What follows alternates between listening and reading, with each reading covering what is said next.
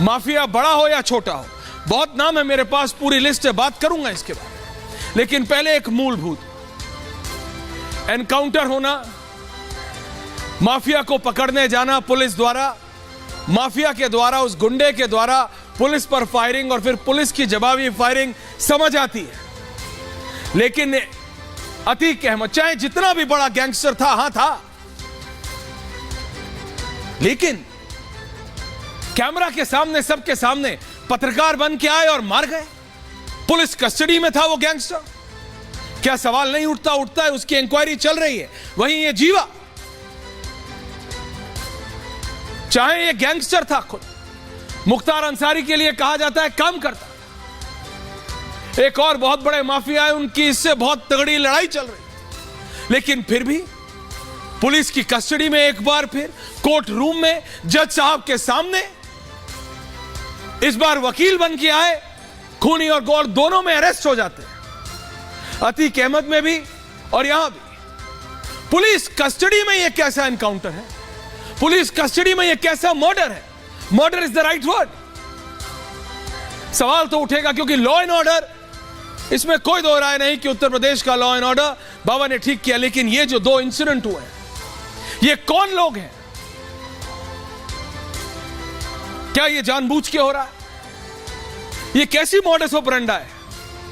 ये क्या फॉर्मूला इस्तेमाल हो रहा है कि पुलिस कस्टडी में जो गैंगस्टर है उसको पुलिस कस्टडी में मार दिया जाए, और इस बार तो जज साहब के सामने कोर्ट रूम के अंदर एक बच्ची घायल है, छोटी, हॉस्पिटल में है।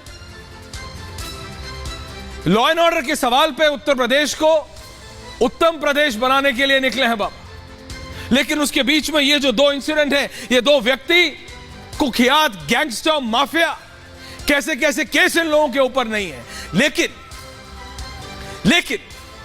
पुलिस कस्टडी में। अतीक अहमद के समय पत्रकार बन के आए, इस जीवा के समय वकील बन के आए, दोनों के समय पकड़े गए, और मैं फिर कह रहा हूं कोर्ट रूम में मार दिया।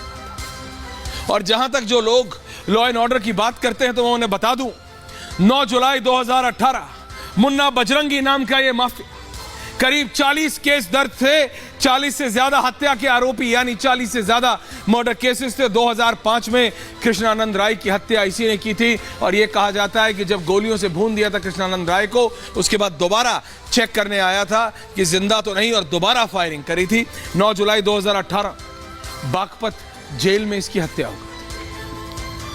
विकास दुबे, अलट पलट दुबे, जिनकी गाड़ी पलटी, मुझे बताने की ज्यादा जरूरत नहीं, 5 लाख का इनामी था। 10 जुलाई 2020 कानपुर में यह ढेर हुआ।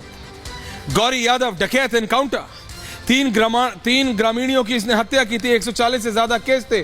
चित्रकूट मुठभेड़ में ढेर हो गया। सुनील सिंह डकैत एनकाउंटर, 1.25 लाख का इनामी था, बुलंदशहर में मुठभेड़ में। आदित्य राणा गैंगस्टर एनकाउंटर, 12 अप्रैल 2023 को बिजनौर में इसको। असद अतीक का बेटा, आपको मालूम है, 13 अप्रैल इसी वर्ष एनकाउंटर में मौत। यह लिस्ट बहुत लंबी है, एक एक गैंगस्टर के बारे में मैं बता सकता हूं कि कौन कौन से गैंगस्टर को कैसे पकड़ा या एनकाउंटर में मारा, उसका सवाल नहीं। सवाल यह है पुलिस कस्टडी में कैसे,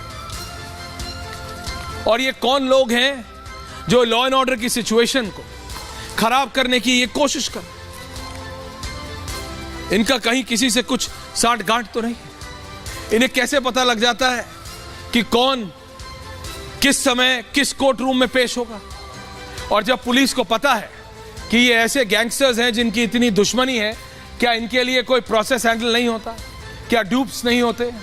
क्या प्रोटोकॉल फॉलो नहीं होता? और कहां गलती हुई? एसआईटी बनी, कल देर रात एसआईटी ग्राउंड पे थी, लेकिन एक परसेप्शन बन रहा है कि पुलिस कस्टडी में मर्डर्स हो रहे हैं, और गैंगस्टर्स के ये सारे मर्डर्स किसी बहुत सोशल वर्कर या किसी उसके नहीं है। ये गैंगस्टर्स है, ये एंटी सोशल एलिमेंट्स है, ये माफिया ही, लेकिन फिर भी हम हिंदुस्तान है, डेमोक्रेसी, नियम है, हम कानून से चलते हैं। यह बात और है कि जीवा के मौत के बाद मुख्तार अंसारी खौफ में है।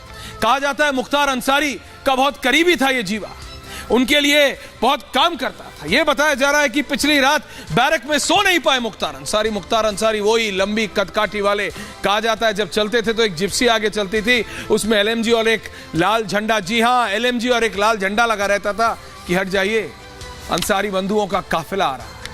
वही अंसारी बंधु सारी रात सो नहीं पाए जैसे ही उन्हें पता चला कि उनके खास गुर्गे, जो खुद एक बहुत बड़ा माफिया था जीवा, उसका मर्डर हो गया। मर्डर हो गया। मुख्तार अंसारी की क्राइम कुंडली बताऊंगा मैं आपको बताने बैठूंगा तो शो छोटा पड़ जाएगा। मेरा पैनल तैयार है स्टूडियो में। सिर्फ इतना सा आपको बता रहा हूं, 17 से लेकर 23 तक कुल 186 एनकाउंटर हुए हैं उत्तर प्रदेश में माफियाओं को। एनकाउंटर से दिक्कत नहीं अगर वो जेन्युइन है तो, लेकिन एक बार फिर कह रहा हूं, पुलिस कस्टडी में ये जो मर्डर हो रहा है, हो चाहे माफिया का ही रहा है, लेकिन एक बार पत्रकार बन के आए, दूसरी बार कोर्ट रूम में वकील साहब, जज साहब के सामने,